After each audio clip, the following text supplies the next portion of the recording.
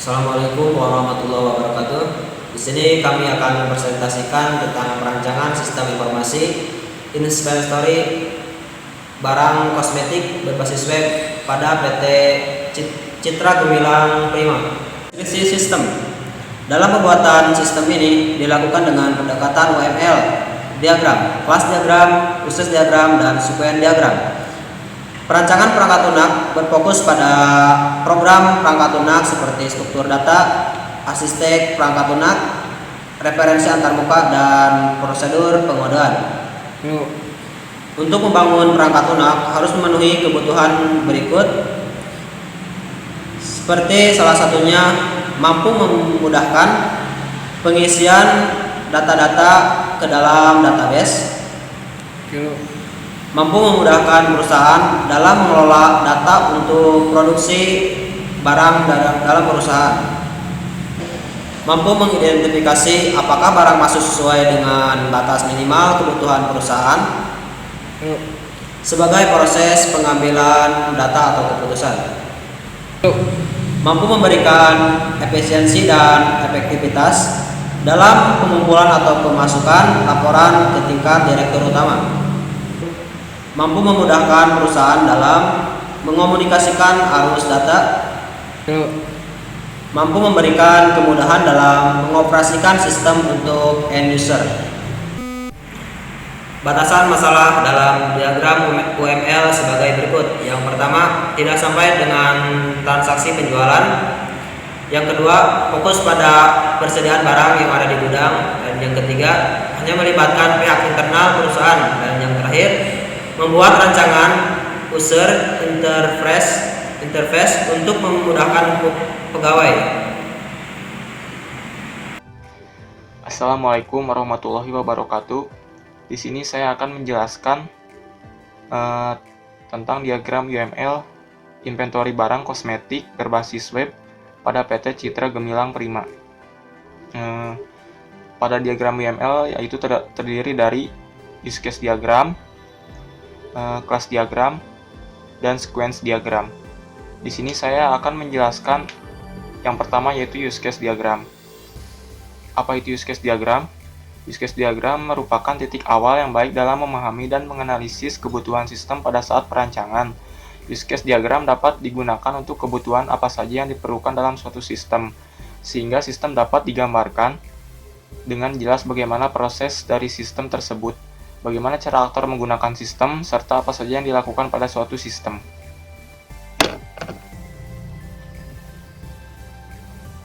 Baiklah, di sini saya akan menjelaskan use case diagram. Di sini terdiri ada 4 aktor.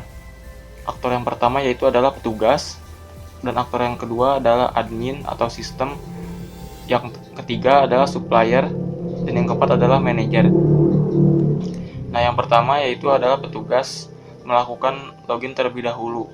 Setelah melakukan login, yaitu petugas melakukan request stock atau menerima permintaan stok barang.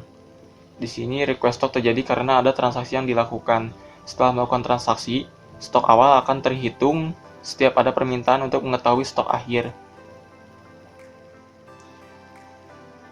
Setelah melakukan login, kemudian data akan tersimpan ke dalam. Petugas akan memilih barang, kemudian memilih keterangan dan akan diteruskan untuk memasukkan jumlah barang.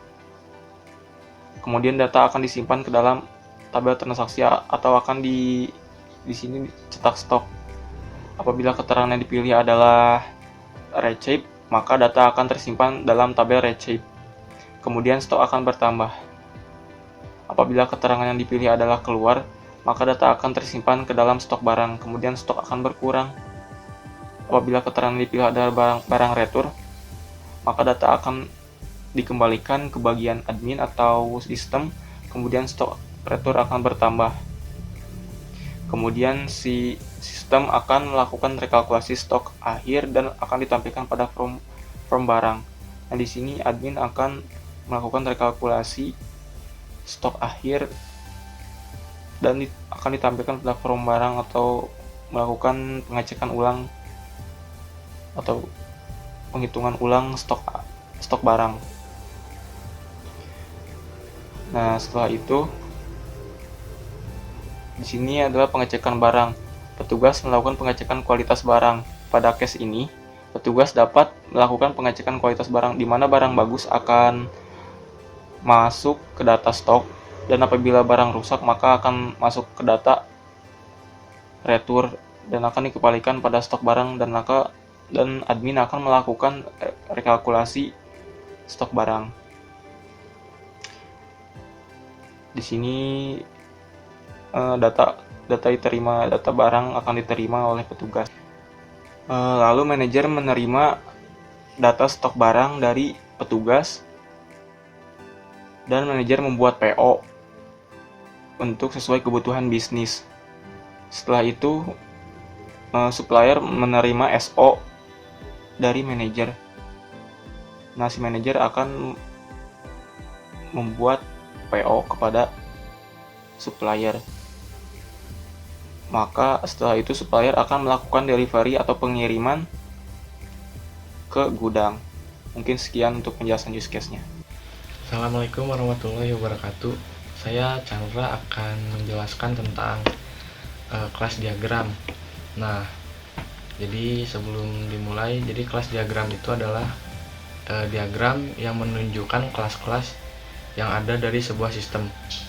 Nah, jadi yang saling berhubungan dan berhubungan secara logika.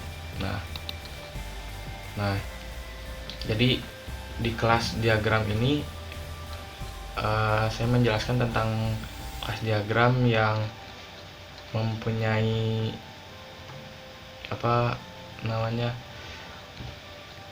sistem tentang inventory barang.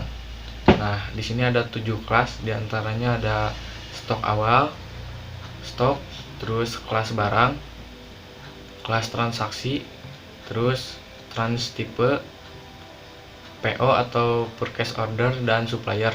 Nah, di sini masing-masing mempunyai atributnya masing-masing. Nah, dari stok awal itu ada kode barang sama kode trans tipe. Nah, setelah itu dari situ ke kelas stok. Nah, dimana di kelas stok ini terdapat kode barang, kode trans tipe, nah stok awal, stok akhir, sama tanggal request. Nah, langsung lanjut ke kelas barang. Nah, di kelas barang ini terdapat kode barang, nama barang, jenis barang, sama dan yang lainnya ini. Nah, setelah itu ada transaksi. Nah, jadi setelah ke stok dan ke kelas barang, nah ini ada kelas transaksi. Nah, kelas transaksi ini isinya kode transaksi, kode trans tipe, dan kode barang yang tadi ada di stok awal, kelas stok, dan di kelas barangnya itu sendiri. Nah, setelah itu setelah transaksi lalu ke trans tipe. Nah, di sini ada atribut yang bernama keluar dan masuknya barang. Jadi setelah dari stok terus ke barang, ke kelas barang, terus ke transaksi. Nah, setelah ke transaksi ini ada kelas trans tipe yang mempunyai atributnya keluar dan masuknya barang. Nah, setelah itu terus ke PO. Nah, PO ini isinya ada atributnya ada kode PO, tanggal PO, dan jumlah PO. Nah, setelah dari PO ini langsung ke supplier. Nah, di supplier ini terdapat kode supplier, nama supplier, alamat supplier, dan nomor telepon atau ID yang bisa dihubungi dari supplier. Nah, mungkin jalurnya seperti tadi yang saya jelaskan, dari stok awal lalu ke stok barang, di mana stok awal ini mempunyai satu data ya. Nah, lalu di stok ini mempunyai satu atau lebih. Nah, lalu ke barangnya itu sendiri. Nah, barangnya itu sendiri mempunyai satu atau lebih data barang ya. setelah itu ke transaksi. Nah, transaksi ini sama mempunyai dari barang dan dari stok itu mempunyai satu atau lebih. Nah, yang bisa ditransaksikan kepada supplier, dan dari transaksi ini kan ke trans tipe. Nah, dari trans tipe ini cuma satu data aja. Nah, dari satu data ini lalu dari transaksi ke PO. Nah, PO itu sendiri juga bisa seperti dari stok awal itu, jadi bisa satu atau lebih data dari PO juga ke supplier juga sama, lebih dari satu data. Nah, mungkin sekian dari penjelasan tentang kelas diagram. Terima kasih. Assalamualaikum warahmatullahi wabarakatuh. Saya di sini dari kelompok Chandra, dan termasuk saya juga dan juga Setaruan. Saya di sini akan menjelaskan tentang diagram square. Berdasarkan gambar 4.4, maka dapat diuraikan langkah-langkahnya sebagai berikut. Setelah melakukan login, petugas melakukan input data transaksi ke dalam sistem. Yang kedua, petugas akan memilih barang, kemudian memilih keterangan dan akan diteruskan untuk memasukkan jumlah barang.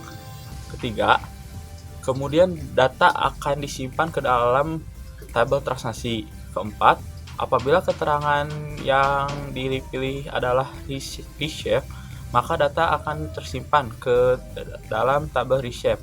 Kemudian stok akan bertambah. Kelima, apabila keterangan yang dipilih adalah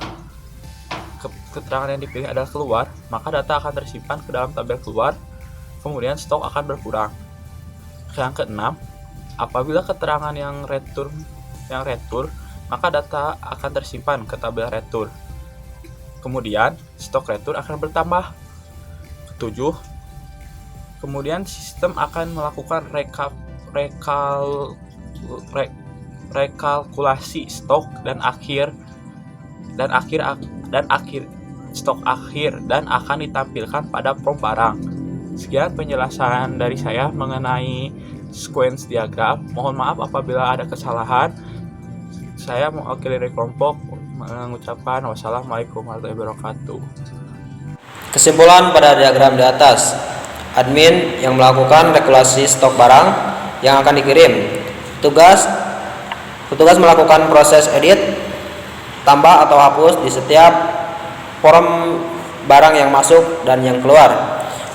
Manajer yang melakukan proses VO atau first has order. Supplier yaitu tugasnya yang melakukan proses DO atau deliver order.